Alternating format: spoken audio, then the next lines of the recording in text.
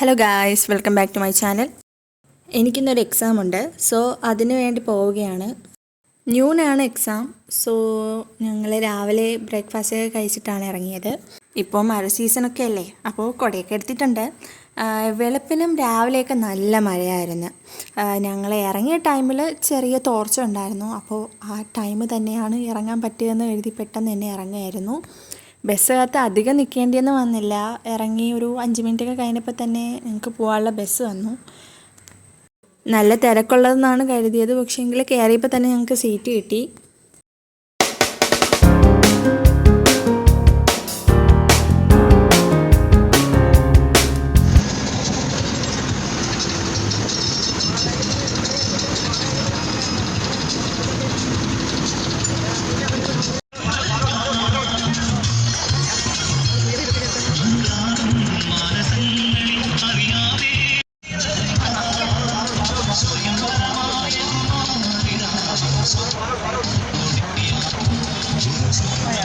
ഞങ്ങൾ ആദ്യത്തെ ബസ്സിൽ നിന്ന് ഇറങ്ങി.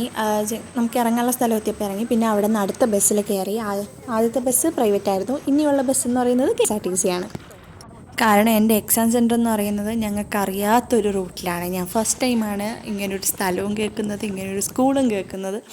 അപ്പോൾ അതുകൊണ്ട് തന്നെ ഇത്തിരി ഞങ്ങൾ നല്ലതുപോലെ തന്നെ ടെൻഷൻ അടിച്ച് തന്നെയാണ് പോകുന്നത്. കാരണം കറക്റ്റ് ടൈമിൽ അവിടെയൊക്കെ എത്തുമോ എന്നുള്ളൊരു ടെൻഷൻ ഞങ്ങൾക്കുണ്ട്. അതിൻ്റെ കൂടെ റൂട്ടും കറക്റ്റായിട്ട് അറിയത്തില്ല.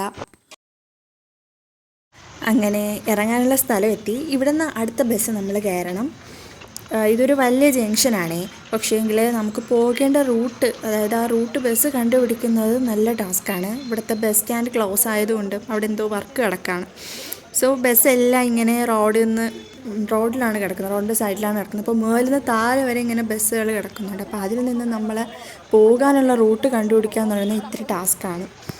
എൻ്റെ ഒരു ഫ്രണ്ടിൻ്റെ വീട് അവിടെയാണ്, ഞങ്ങൾ ഈ പോകുന്ന റൂട്ടിലാണ്. അപ്പോൾ ഞാൻ അവളെ ഒന്ന് വിളിച്ച് ചോദിക്കുക ചെയ്തിട്ടുണ്ടായിരുന്നു, ഇപ്പോൾ ഈ ടൈമിൽ ഏതെങ്കിലും ബസ്സുണ്ടോ എന്ന്.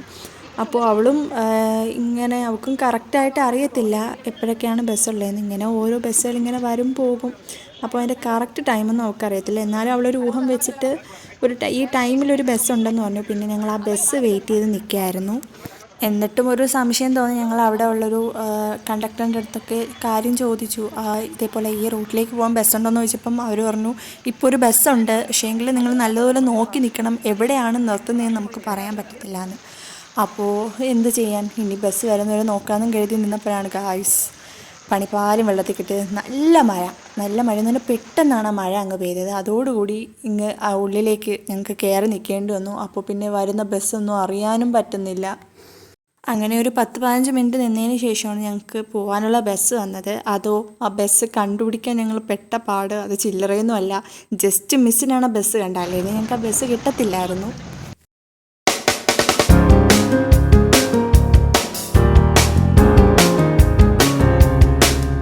ഇതിനിടയിൽ മഴ പെയ്യും തോരും ആ ഒരു അവസ്ഥയിലായിരുന്നു.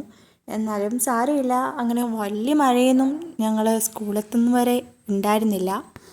അങ്ങനെ ഞങ്ങൾ വിചാരിച്ചതിനും കുറച്ചും കൂടി നേരത്തെ തന്നെ ഞങ്ങൾക്ക് സ്കൂളിലെത്താൻ കഴിഞ്ഞു. ഇതാട്ടോ സ്കൂള്. അപ്പോൾ ഞങ്ങൾ സ്കൂൾ എത്തിക്കഴിഞ്ഞപ്പോൾ മഴ ഒന്ന് പെയ്തു തുടങ്ങി. എന്നാലും സാരമില്ല, അത്ര വലിയ ആയിട്ടൊന്നും ഇല്ലായിരുന്നു. ഞങ്ങൾ പിന്നെ പെട്ടെന്ന് തന്നെ സ്കൂളിൻ്റെ ഉള്ളിലേക്ക് തന്നെ കയറി. നല്ല ഗ്രൗണ്ടൊക്കെ ഉള്ള അത്യാവശ്യം വിശാലമായിട്ടുള്ളൊരു സ്കൂൾ.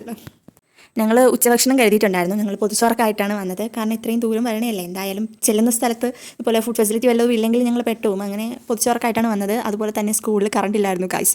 ഫ്ലാഷ് ലൈറ്റിൻ്റെ വെട്ടത്തിരുന്നാണ് ഞങ്ങൾ ചോറൊക്കെ കഴിച്ചത്. അത് കഴിഞ്ഞ് പിന്നെ ഞാൻ എക്സാം ഹാളിലേക്ക് പോയി. ഫുഡൊക്കെ കഴിച്ച് കുറച്ച് കഴിഞ്ഞപ്പോൾ തന്നെ എക്സാം തുടങ്ങാറാവുന്നുണ്ടായിരുന്നു. അങ്ങനെ തന്നെ ഞാൻ എക്സാം ഹാളിലേക്ക് പോയി. അതിനുശേഷം ഉമ്മച്ചിയാണ് വീഡിയോ ഒക്കെ എടുത്തത്. എനിക്ക് എക്സാം ഹാളിൽ നിന്ന് വീഡിയോ എടുക്കാൻ പറ്റില്ലല്ലോ.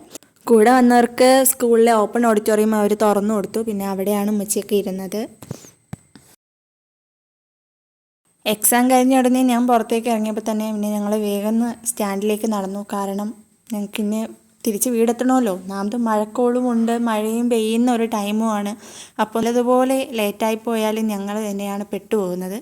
സോ എത്രയും വേഗം വീടെത്തുക എന്നുള്ളതാണല്ലോ പിന്നെ അടുത്ത ടാസ്ക് എന്ന് പറയുന്നത്. അങ്ങനെ ഞങ്ങൾ വേഗം തന്നെ അവിടെ നിന്ന് സ്റ്റാൻഡിലേക്ക് നടന്നു. അവിടെ സ്റ്റാൻഡിൽ ചെന്ന് നിന്നൊരു 5 മിനിറ്റ് കഴിഞ്ഞപ്പോൾ തന്നെ ഞങ്ങൾക്ക് ബസ്സും കിട്ടി കേട്ടോ. പെട്ടെന്ന് ഞങ്ങൾക്ക് ബസ് കിട്ടി. ഞങ്ങൾ ഒട്ടും പ്രതീക്ഷിച്ചില്ല പെട്ടെന്ന് ബസ് കിട്ടുമെന്നൊന്നും. പക്ഷേ എങ്കിൽ പെട്ടെന്ന് ബസ് കിട്ടി. പിന്നെ ഉടനെ തന്നെ ഞങ്ങൾ വേഗം തന്നെ ഞങ്ങൾക്ക് പോകാനുള്ള റൂട്ട് എത്തി. പിന്നെ അവിടെയും ഒരു 10 മിനിറ്റ് ഞങ്ങൾക്ക് ചെറിയൊരു ലേറ്റായി വന്നെങ്കിലും ബസ് കിട്ടി, അടുത്ത ബസ് കിട്ടി. അങ്ങനെ അവിടെ നിന്നും അടുത്തൊരു ബസ് കയറി. അങ്ങനെ ഒരു 3 ബസ് കയറി. എങ്ങനെയാലും ഞങ്ങൾ ഇരുട്ടുന്നതിന് മുന്നേ വീടെത്തി. 6 മണിക്കുള്ളിൽ തന്നെ ഞങ്ങൾ വീടെത്തി. പിന്നെ വന്നിട്ട് ഒന്ന് ഫ്രഷായി ഒരു കട്ടനൊക്കെ കുടിച്ചിട്ട് സ്വസ്ഥമായിട്ട് ഇങ്ങനെ ഇരിക്കുകയായിരുന്നു.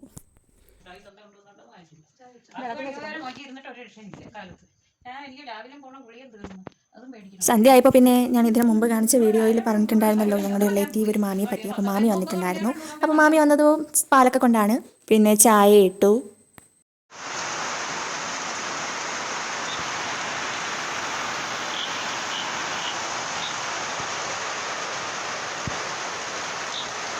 പുറത്ത് നല്ല മഴയായിരുന്നു കേട്ടോ. അതിൻ്റെ കൂടെ തവളയുടെ പെക്രവും ശബ്ദമൊക്കെ കേൾക്കുന്നുണ്ട്.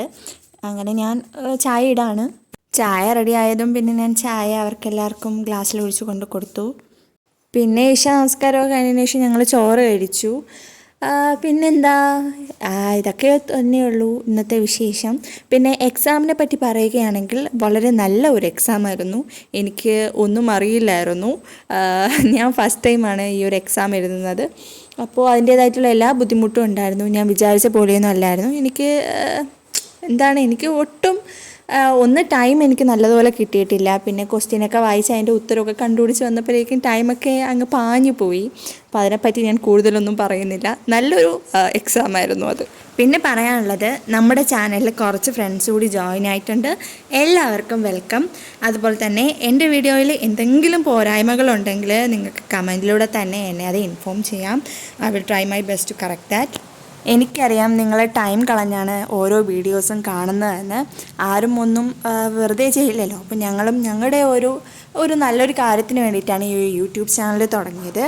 അപ്പോൾ ഞങ്ങളുടെ വീഡിയോസ് കാണുന്ന എല്ലാവർക്കും ദൈവത്തിൻ്റെ കാരുണ്യം ഉണ്ടാകട്ടെ എന്ന് ഞാൻ സിൻസിയറായിട്ട് പ്രാർത്ഥിക്കുന്നു. ഞങ്ങളുടെ പ്രാർത്ഥനകളിൽ നിങ്ങൾ എപ്പോഴും നിറഞ്ഞു നിൽക്കും. ഇന്നത്തെ വീഡിയോ എത്രയുള്ളൂ. ഈ വീഡിയോ നിങ്ങൾക്ക് ഇഷ്ടപ്പെട്ടെങ്കിൽ തീർച്ചയായിട്ടും വീഡിയോ ലൈക്ക് ചെയ്യുക. അതുപോലെ നിങ്ങളുടെ ഫ്രണ്ട്സും റിലേറ്റീവ്സിന് ഈ വീഡിയോ ഷെയർ ചെയ്ത് കൊടുക്കുക. ആദ്യമായിട്ടാണ് എൻ്റെ ഈ ചാനൽ കാണുന്നതെങ്കിൽ ഈ ചാനൽ നിങ്ങൾ ദയവായിട്ട് സബ്സ്ക്രൈബ് ചെയ്യുക. അതുപോലെ തന്നെ ബെല്ലൈക്കൺ നിൽക്കുക. പിന്നെ എന്തെങ്കിലും നിങ്ങൾക്ക് അറിയിക്കാനുണ്ടെങ്കിൽ അത് കമൻറ്റ് കൂടി ചെയ്യുക. അപ്പോൾ ഇനി അടുത്ത വീഡിയോയിൽ കാണുമ്പോഴേക്കും ബൈ.